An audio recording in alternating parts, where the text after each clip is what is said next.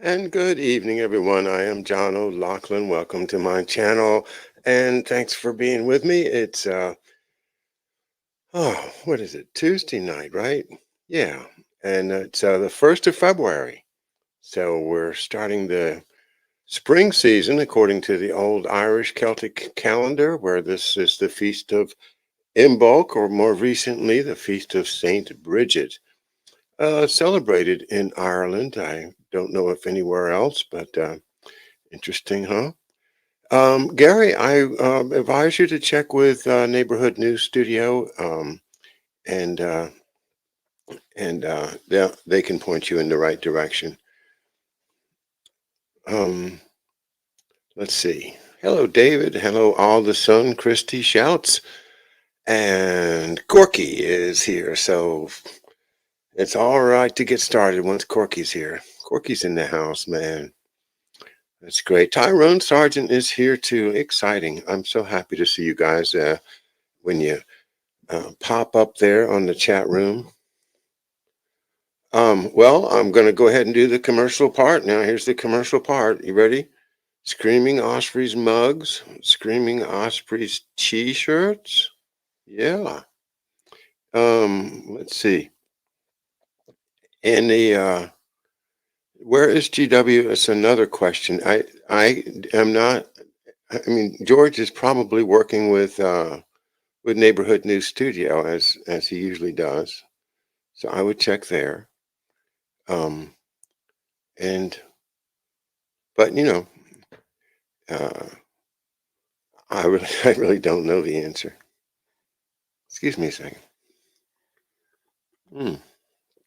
Anyway, screamingospreys.com is now got a button on it where you can go to the little Cafe Press store and you can make yourself, or they will make for you and send you. And these mugs are very nice. I'm not kidding. They're really quite just the right weight and the right thickness. And I really like it because Marcia my wife made the photograph. So there you go. And oh, hello to you too. Good. Good to have everybody here. Well, Synarchy is more and more got my attention. Just to remind you, it's the idea of an oligarchy of nobility and bankers and wealthy merchants, generally the beneficiaries of old family money from the opium trade or the slave trade or any trade you want. That is just in Italian they call it a fondo, or it's a fund, a deep hole full of money, a fund of money.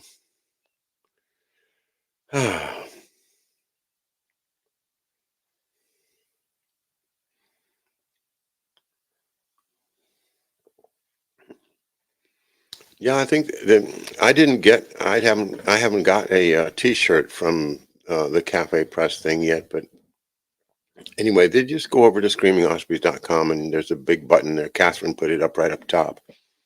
Also, so you know, as we're updating and revamping the website a bit, I now have four separate um, links on the front page of the website, and they are links to the most recent and the playlists of my interviews with uh, Harley Schlanger, Mark Kulak, and David Underdown, as well as myself with when I do my Mindfields. So we've arranged it so you can just push any of those four buttons and get our most recent interviews with one of those three or just my Mindfields.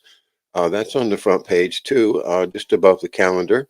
And Jumping Mouse keeps our calendar for us. She worked very hard to get these playlists rearranged. Uh, we're using BitChute to archive, and while we love them over there, it's a lot slower than you would like, and so she has to put a lot of time in. So we do appreciate it, and thank you all for the Patreons as well. We are we're doing fine. And with your support, we're just going to keep on going, doing the same thing. And of course, we're going to keep on bringing in new people too.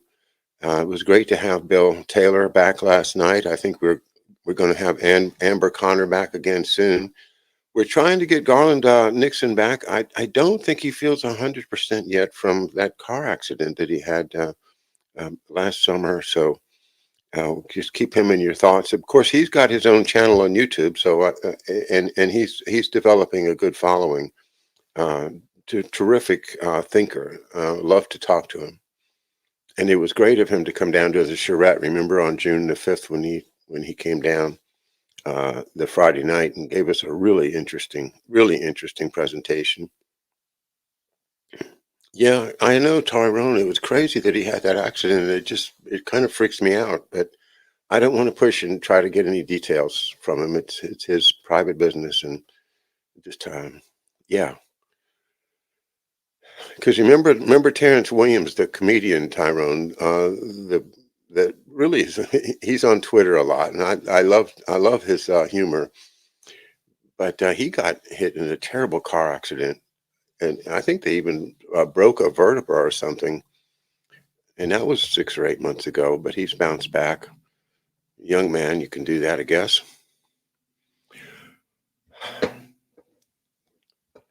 All right, let us get started with some content.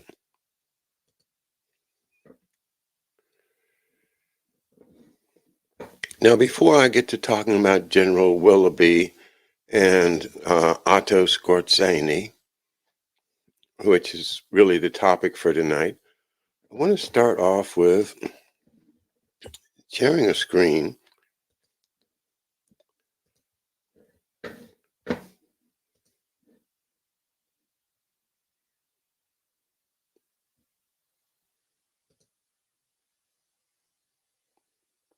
Here it is.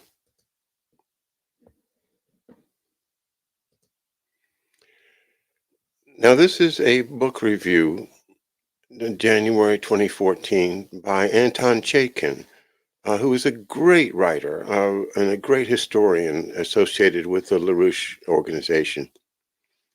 And if you get a chance to study his work, just do it. Just jump right in.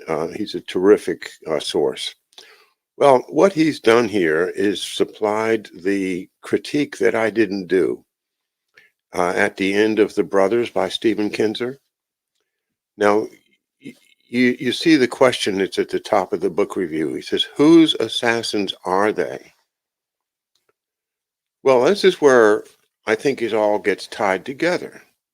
Because and I want you to take advantage of this this book review and read it yourself when you have time. I'm not going to read it all because I want to move on to the quote unquote assassins, but just a couple of paragraphs. First of all, let me remind you that I read 80-90% of that book on my show, and I don't know if it's still in the YouTube playlist or that was one that got crunched when we lost the channel. But at any rate, those of you that have been with me a while know that I really learned a lot from that book.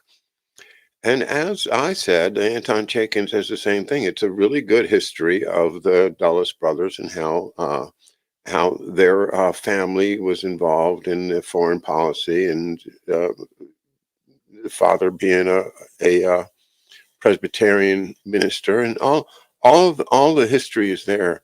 But I didn't read the last chapter, and I'll tell you why I didn't read the last chapter, because I thought it wasn't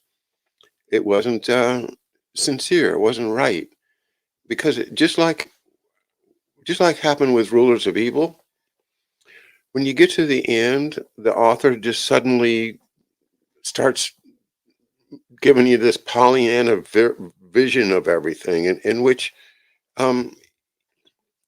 Kinzer did that at the end of this, so that you get the idea that, okay, he's just given us a nice big pile of data, a nice big, really a narrative, a great narrative, and a lot of stuff in there that I didn't know, or that I hadn't put together before, that I hadn't seen how things tie together.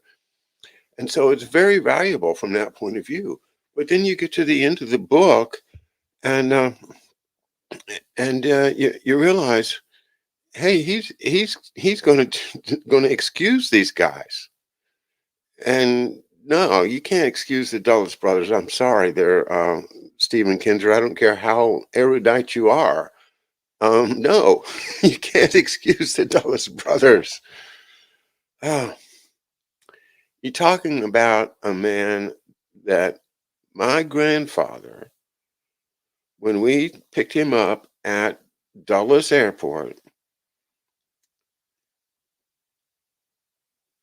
and one of us said the name Dulles, and my grandfather recoiled and said that he would never ever say that name. And that was really, that's my father's father. And looking back on that in terms of what we know now, you know, my father knew that Dulles was his enemy, and he had told his father. And so now I think, you know, we can look at that and say, yeah, my grandfather knew that it was Dulles, you know, that set it in motion. So I can't excuse the Dulles brothers. I'm sorry. There's just no way. So other than that, Stephen Kinzer, it's a great book. um, Kinzer admits any account of the traditional constitutional outlook of the founders, Lincoln and his successors, FDR and JFK, which is the background needed to understand and judge the usurpation of power by the British and their partners from the time of Harry Truman through the Dulles brothers to today. Um, the Six Monsters, Kinzer cites the Dulles brothers going abroad to destroy 6 men who had sought to befriend the United States or to stay neutral, but were driven away in the name of fighting communism. And of course, these are the famous six. Um, uh, Here's the pictures: Ho Chi Minh, Mohammed Mossadegh, Jacobo Arbenz, Patrice Lumumba, President Sukarno, and of course,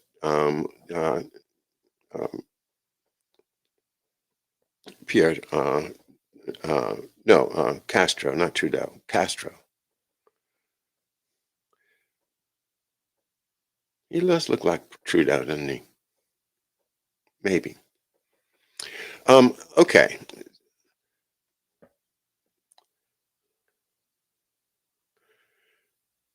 But at the end of the book, and at the end of this little review by Anton Chaikin, he says, Kinzer proposes that the bust of John Foster Dulles that once adorned Washington's Dulles Airport be brought out of storage and restored to its place of honor on the concourse, since the Dulles brothers, quote, are us, unquote.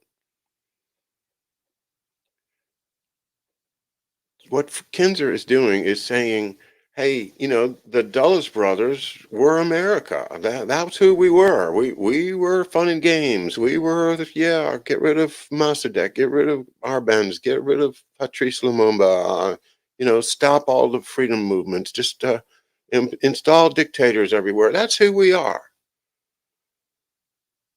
Sorry, Kinzer, I can't buy that. That's not who we are. At least that's not who we were told we are. And we believed the lie that we're not that people, that we really are those people. You know, how responsible can we be when we've been fed this propaganda our whole lives? And yet, it is our duty as citizens to be vigilant, ever vigilant. All right.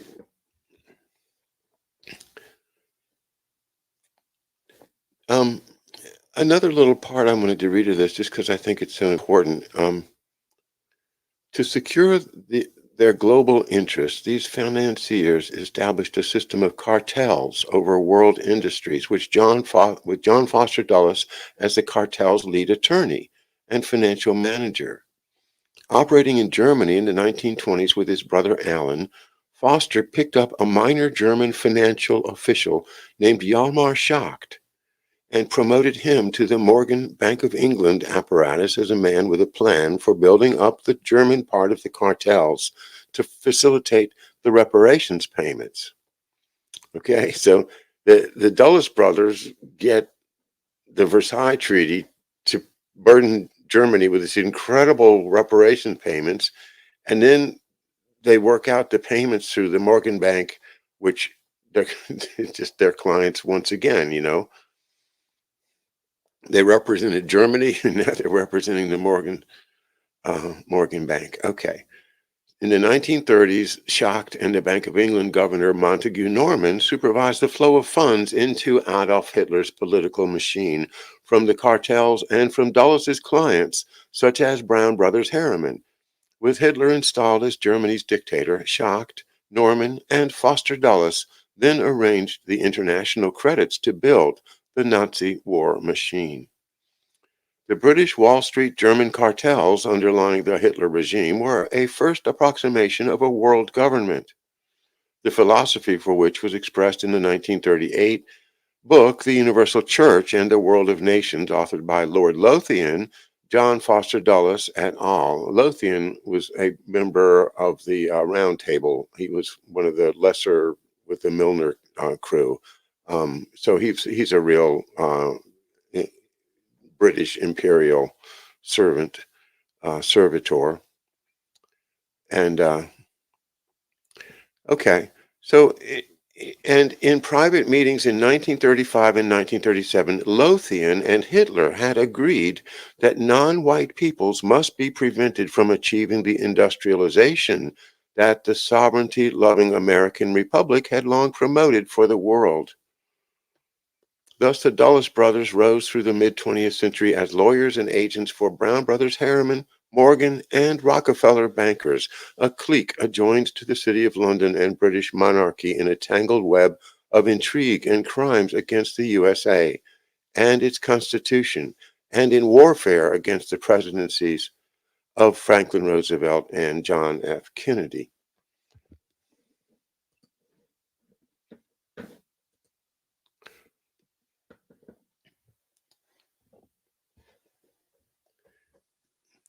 Yeah, David points out the word minor official, and I have hit me too. But what they're saying, what Chaikin is saying, is that this was a Sullivan and Cromwell production in which they picked um, Hjalmar Schacht. It wasn't like Hjalmar Schacht was like the great banker there first, but anyway, that struck me too. Interesting.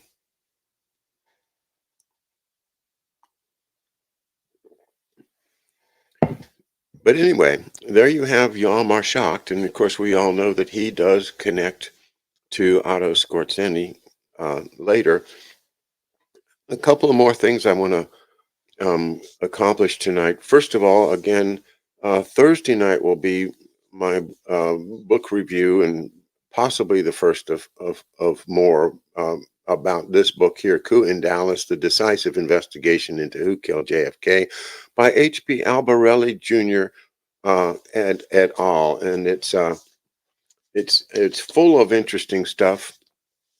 It's full of connections that had never been made before, to my knowledge. I'm not a Kennedy expert by any means. I don't claim to be, and I don't read all the literature.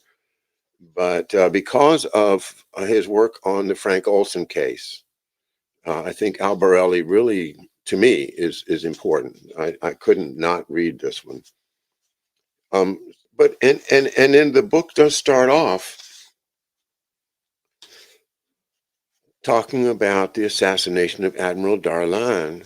And who may have done that? Well, it was the Synarchists.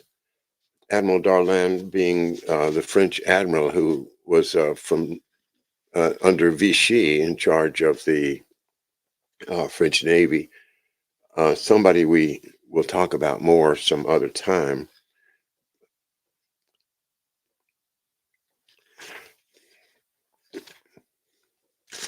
But you'll remember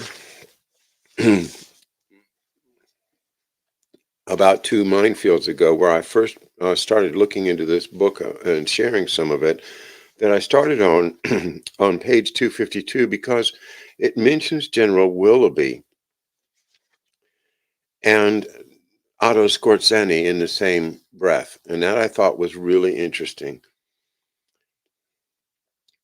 Confirming that SS Otto Skorzeny and General Charles Willoughby were at the very least aware of each other prior to Willoughby's trips to Spain that began in the early 1950s was their mutual association with far-right Ukrainians. During World War II, leaders of the OUN, Yaroslav Stetsko and Stepan Bandera, had been held in the central Berlin prison to January of 1942, when Stetsko announced the formation of a Ukrainian state, which was intended to align itself with the Nazis. We will closely cooperate with the National Socialist Greater Germany under the leadership of its leader Adolf Hitler, which is forming a new order in Europe and the world. By April 1944, Skorzeny had sought out Stetsko and Bandera, quote, to discuss plans for diversions and sabotage against the Soviet army. And it goes on from there. So we know that during the war, Willoughby and Skorzeny knew each other. Now,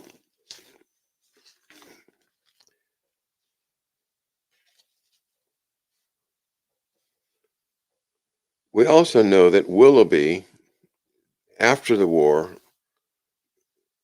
was connected to Allen Dulles. Now, let me remind you that Willoughby was a staff member for General MacArthur during both World War II and the Korean conflict, and he was called his intelligence officer.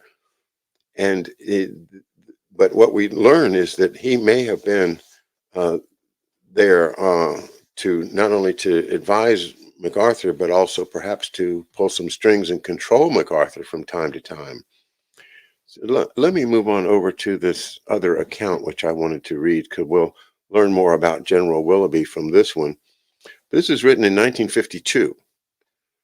So this is somebody, a newspaper man, who did a story in depth on General Willoughby, dated August 19th, 1952. And remember, of course, this is 6 years after the end of World War II, and with the background of him. Well, let's just learn a little bit about him. Excuse me a second. Now, this is by a reporter named Frank Kluckhorn, Kluckhorn, August 19th, 1952, in the Reporter in the New York Journal. And I'll just read it. Prominent Americans have, while traveling in foreign countries, often succeeded in embarrassing the men charged with carrying out the U.S. government's policies in those countries. The most recent and striking example of this was provided by Major General Charles A. Willoughby, U.S. Army retired, who last January turned up in Spain, where he was an honored guest of Generalissimo Francisco Franco. Willoughby had served as General of the Army, Douglas MacArthur's Chief of Intelligence from 1941 throughout the Pacific War, the occupation of Japan, and the first stages of the Korean War until MacArthur's removal in April 1951. He had retired from the Army in August 1951 and since then had played no important part in MacArthur's New York headquarters. Early in April of this year, 1952, an American military mission arrived in Spain to discuss with Franco and his ministers the question of establishing U.S. air and naval bases there. Before the negotiations started, the members of the mission knew how delicate their job would be made by the touchiness of the Spaniards. But the Americans had little warning of the way their task would be complicated by Willoughby, The latter, by casting himself as a sort of unofficial spokesman and go-between with Franco, succeeded in building up considerably the caudillo's confidence at the bargaining table. The Pentagon had and still has a modest notion of Franco's military worth. The U.S. Navy was only wants the use of anchorages rather than the shore installations in Spain. The Air Force does not consider the Iberian Peninsula the hub of its global strategy, and the U.S. Army has little inclination to try to replace the decrepit equipment of the Spanish Army, while its North Atlantic Treaty partners are howling for materiel. Franco and his advisors feel that Spain has a very great deal to offer. The Americans, they believe, should be prepared to accept and pay well for their country's anti-communist sentiments. The barrier of its towering Pyrenees and its 450,000-man army. The $100 million set aside by Congress in August 1950 for economic aid to Franco considered simply a token. The first job the Americans faced then was to make it clear that they had not come to Spain to build a Maginot Line along the Pyrenees or to refloat the Spanish Armada. It was Willoughby who took it upon himself to encourage, rather than help dispel such illusions on the part of the caudillo, at a moment when American negotiators felt particularly depressed by the stiff Spanish demands. Willoughby said in a speech to the Spaniards, "You can count on the friendship of U.S. naval and air circles." When he was asked in a press conference, "Do you think it is the military people of America who best understand Spain?" he answered, according to the story in the Madrid newspaper, yes, especially the naval people, who are very sensible. Although Willoughby described his stay in Spain as being without official character, his initial audience with Franco lasted an hour and three-quarters, extremely long for Franco. From that time until his departure in July, Willoughby remained in constant contact with Franco's ministers. During Willoughby's stay at the Velasquez Hotel, the Generalissimo was at great pains to provide him with government limousines and similar amenities. During a lecture in the course of which Willoughby described Spain as a quote, cradle of supermen, he said, quote, "I have come to Spain behind the Pyrenees than in I'd rather be in Spain behind the Pyrenees than in Paris behind the Rhine." In other words, he's still concerned about safety from the Germans, or perhaps I guess it's from the Soviets. He neglected to explain that why he wouldn't have felt even safer staying in New York behind the Atlantic, but the slur on NATO was obvious enough. Okay, just footnote that. He makes a slur on NATO. Willoughby does. Those who knew something of Willoughby's background were not greatly surprised at his paying these sudden attentions to Generalissimo Franco. John Gunther has reported that while he was gathering material for his book, The Riddle of MacArthur, he was at dinner one evening with Willoughby when the general suddenly proposed a toast to, quote, "the second greatest military commander in the world, Francisco Franco," unquote. MacArthur obviously being the greatest. Willoughby told one Madrid audience that at the U.S. Army Command and General Staff School he had lectured in favor of Franco as early as 1936.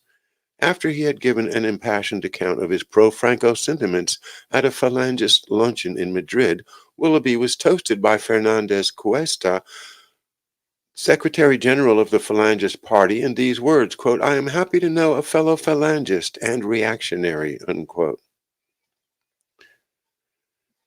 So this is why he's important, is because he was very close to MacArthur, and he also is very close to Franco.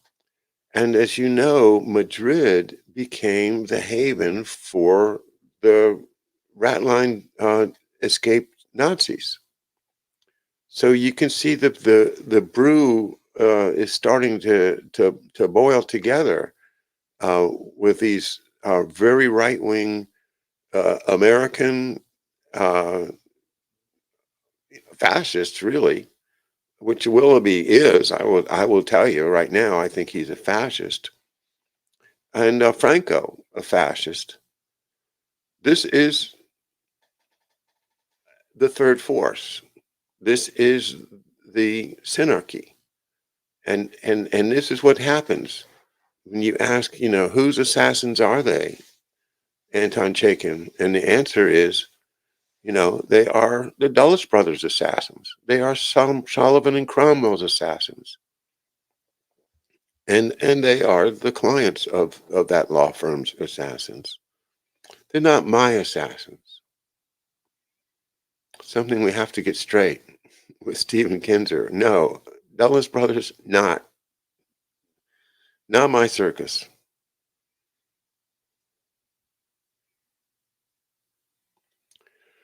Okay, let's talk about General Willoughby's background, because I think this is also very interesting. Who's who?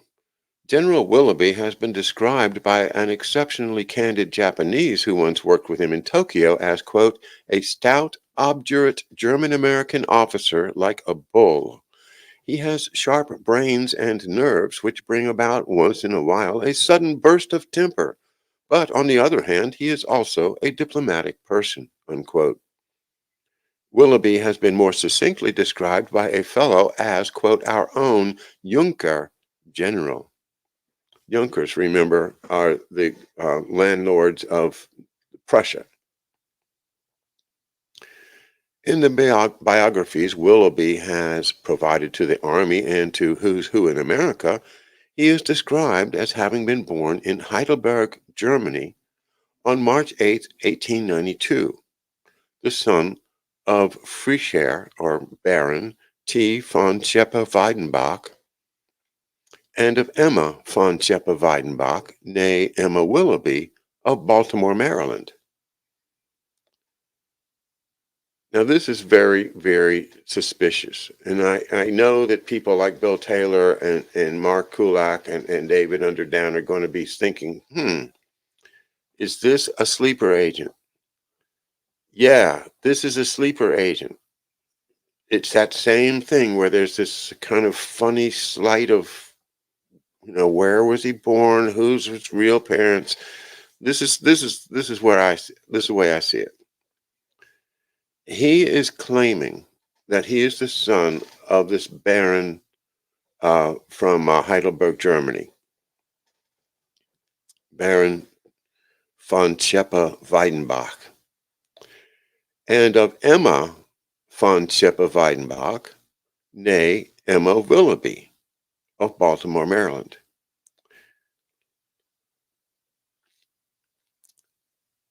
Let me read a little bit more of this text here, and you'll see where I'm going. The mystery which has so often surrounded Willoughby apparently goes back as far as the moment of his birth.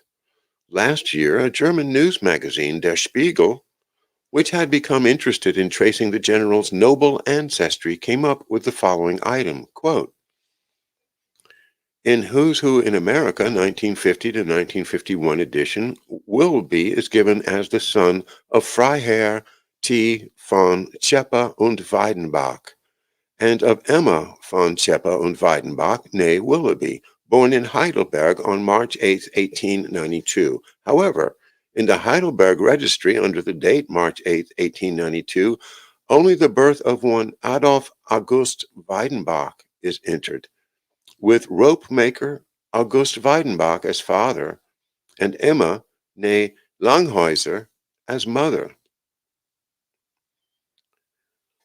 The Goetheisches genealogisches Taschenbuch der Briefadeligen, a standard catalog of the German gentry, does nothing to help clear up the confusion about Willoughby's origin. According to it, General Franz Erich Theodor Tulf von Scheppe, with one P, und Weidenbach not only lacked the title Freiherr, but did not receive letters patent from Wilhelm II entitling him to use the surname von Scheppe und Weidenbach until 1913. He had 5 children, none of them born in 1892.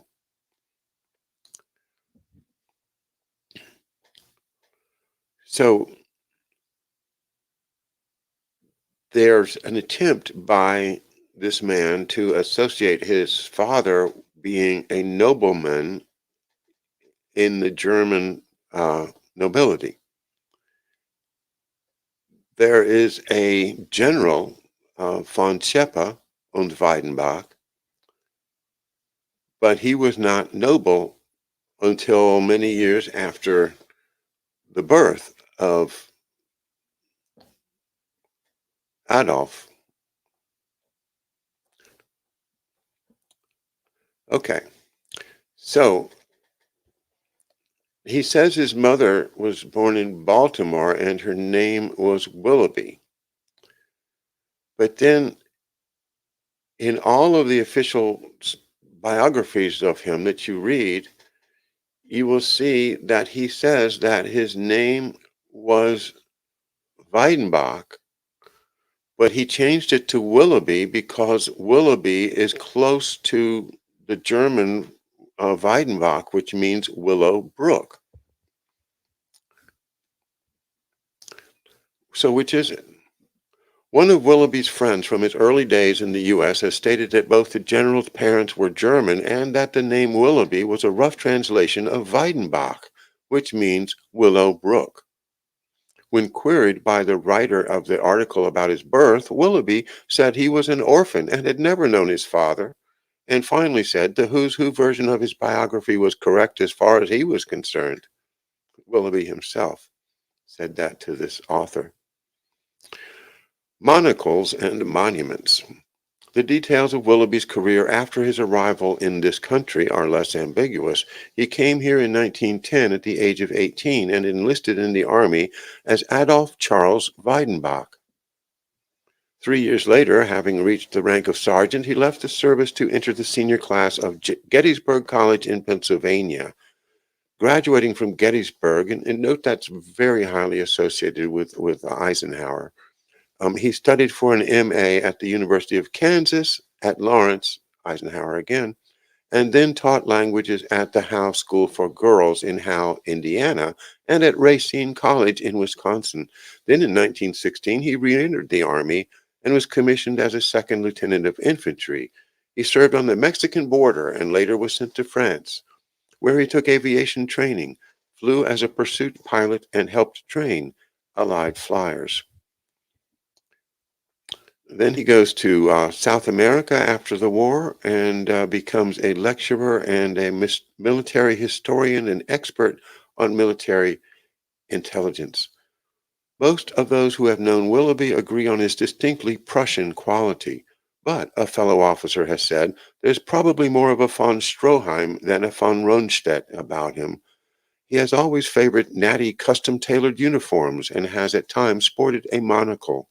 He possesses a strong sense of drama, which is often reflected in his mode of expression. He is remembered at the Army Command and General Staff School as one of the most gifted thespians ever to play romantic leads in the dramatic club. His literary style is well typified by his description of MacArthur's journey from Corregidor to Australia on orders from Washington as a, quote, dramatic breakthrough, and in the characterization of a military history written while and the characterization of it in a military history written while he was at Fort Benning as monumental.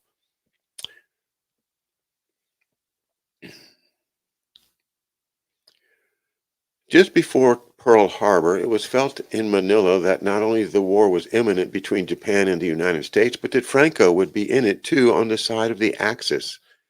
In that event, Spanish holdings in the Philippines would certainly be impounded. President Soriano rushed to divest himself of the Spanish citizenship he had hung on to for so long and so proudly. The Civil Liberties Union Court in Philippines contested his application for Philippine naturalization because of his previous political activities. However, he was quickly and quietly granted his papers.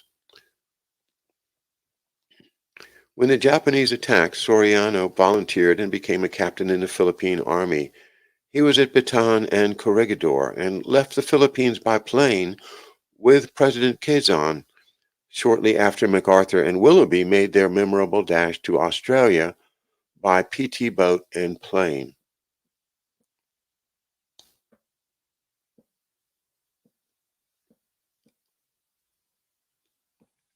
Well, this article is too long for me to share a whole lot more of it, but it's uh, it's actually available on May Brussels' website, maybrussel.com.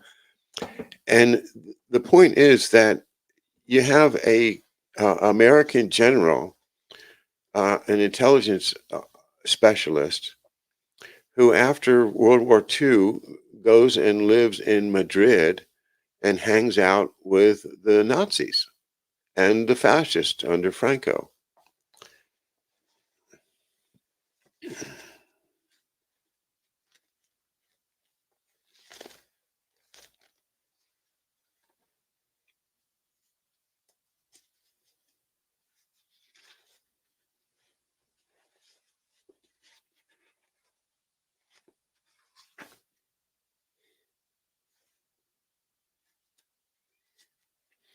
Now,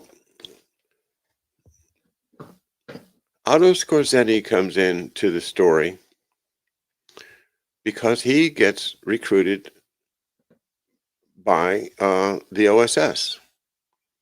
And we learn that in the earlier chapters of this book. But I guess the way that Skorzeny comes in it is through the White Russians in Texas.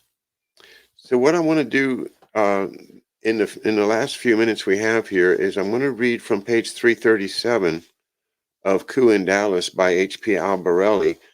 And I bet you've always wondered how did the White Russians get started in Texas, and why Texas? Why did they end up there?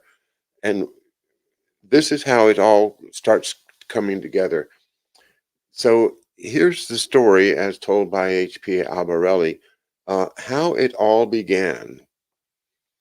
On Monday, December 18, 1950, David Martin, executive director of the International Rescue Committee, and his special assistant, Dr. Richard Saltzman, spoke before a large group of prominent Dallas, Texas businessmen at a special luncheon at the 18-story Baker Hotel, a popular venue for leading conservatives of Dallas. The event was underwritten by a just forming Dallas Council on World Affairs, a group that would soon form a tight bond with CIA Director Allen Dulles. Martin and Saltzman, who had traveled to Dallas from their home office at 62 West 45th Street in New York City, told the assembled businessmen of their plans for bringing, quote, over 2,000 top men of science and letters from Europe to the United States and settling them into jobs where their know-how is needed, unquote. In his capacity as director of the original International Rescue Organization, IRO, in late January 1949, Martin had met secretly with Colonel Boris Pash. Remember Colonel Boris Pash of the Alsace and the security head for the Manhattan Project, that Colonel Boris Pash.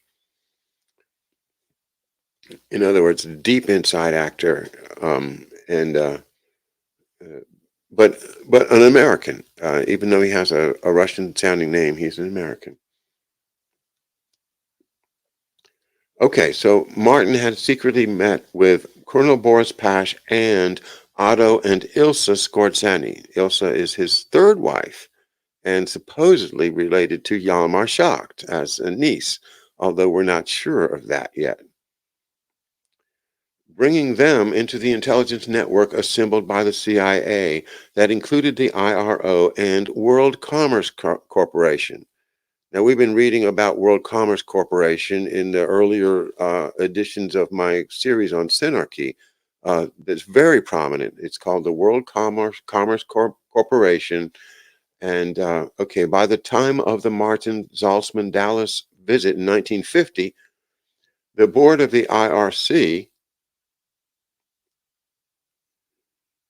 that must be IRO, had included several leading Soviet Social Democrats, a fact that drew criticism from their rival for CIA funding, the Tolstoy Foundation, made up of many monarchists and right-wing Russian exiles who refused to cooperate with even moderate socialists.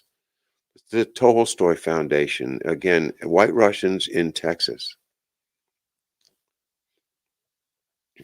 Vying for contributions in Dallas, Martin told the audience, quote, "These 2,000 plus displaced scholars and scientists are the cream of a crop of 25,000 exiled professionals abroad who have fled from communist countries. These scholars and professionals include engineers, medical doctors, journalists, veterinarians, artists, dentists, geologists, chemists, political scholars, legal experts, architects, and professors of the technical sciences, the humanities, and the arts," unquote. Sounds like a great bunch, does it not? Added Dr. Zaltzman, quote, "There are people in Russia who would pay heavily to they are people Russia would pay heavily to import.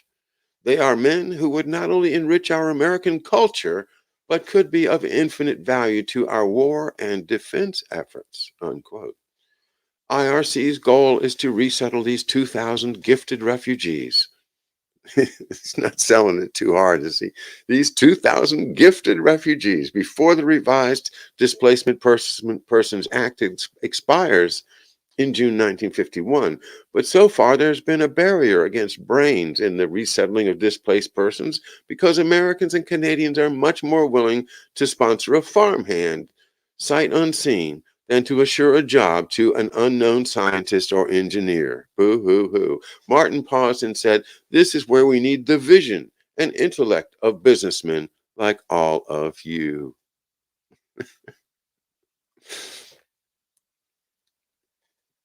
Martin continued, "Each displaced person must have a sponsor in his new homeland to guarantee his housing and a job before he can be admitted. The IRC has already processed 750, the International Red Cross, that's the IRC, of course, had already processed 750 of the 2,000 professionals, and some are already arriving in this country. Each one is thoroughly screened politically before he is invited in this country. According to Martin, each person is screened by the United States Army Counterintelligence Corps. We work very closely with the government and the military. Each person is also screened by the Displaced Person Commission. And perhaps the most important screening is that given by his fellow refugees. Isn't that sweet? Okay, I can't help but think, all of these, professionals and refugees, did they not end up on my dad's desk at some point? They came from the counter army CIC. Well, this is what my dad had to do, was review files from other agencies that were brought into the FBI for a review of their quote applications unquote.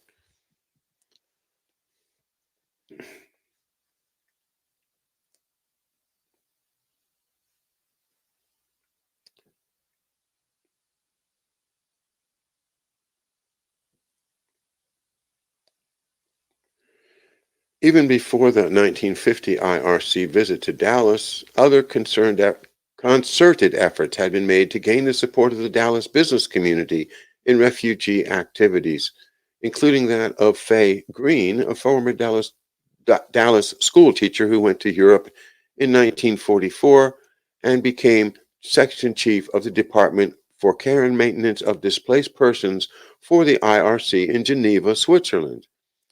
Everything happens in Switzerland, does it not? And returned to Dallas several times to speak on issues involving displaced persons. Earlier that year, Eugene Solo, the head of the Dallas Jewish Welfare Federation, who had been a member of the Dallas delegation to Rome, assisted in surveying the needs of displaced persons in Europe and Israel, began pushing hard for enhanced displaced persons support. And at another meeting in February 1949, held at the Baker Hotel, representatives from 7 Catholic churches discussed the issues of dealing with bureaucratic red tape that they felt slowed the flow of displaced persons from Europe to the United States. Church officials complained that only 5,000 of over 60,000 displaced persons had arrived in the United States since January 1948. Again, the resonance of 60,000 in the files that my dad had to process for Hoover. So it's tantalizing, but it doesn't, it's just circumstantial evidence. But it's tantalizing, isn't it? So that thus one of America's most politically conservative cities, oil-rich Dallas, opened its arms to white Russian immigrants who had fled communism and began to make their mark on the community, foreshadowing the arrival of Kennedy's assassins in 1963.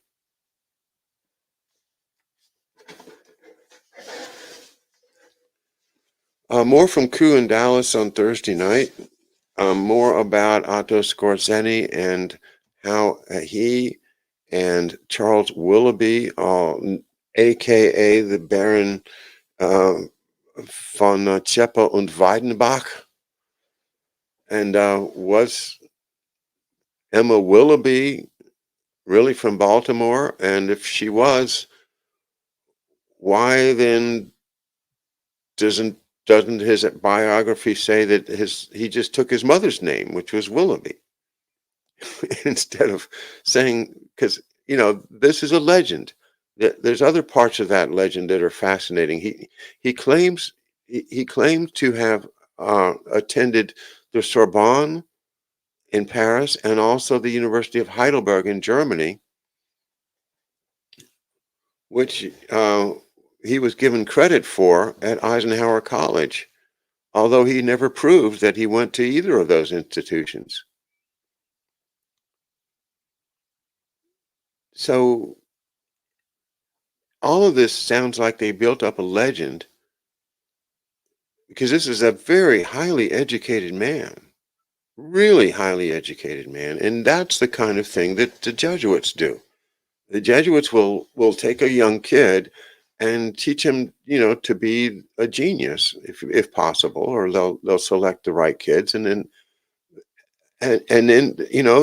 is that what's going on here? That this is somebody that was groomed to do things in life for the people that groomed him, whoever they were, and so they created him, and his whole legend is made up. He's a great actor, we learn, and come on now, wearing a monocle. I mean, even in the 1950s, isn't that a little bit comical to wear a monocle? Yeah, comical monocle. I better shut up. All right, guys, 8:55 and time to close it up tonight. I got as far as I could, and we'll go some more the next time. See you guys tomorrow night with the great David Underdown. We'll see what's on David's mind. I can't wait.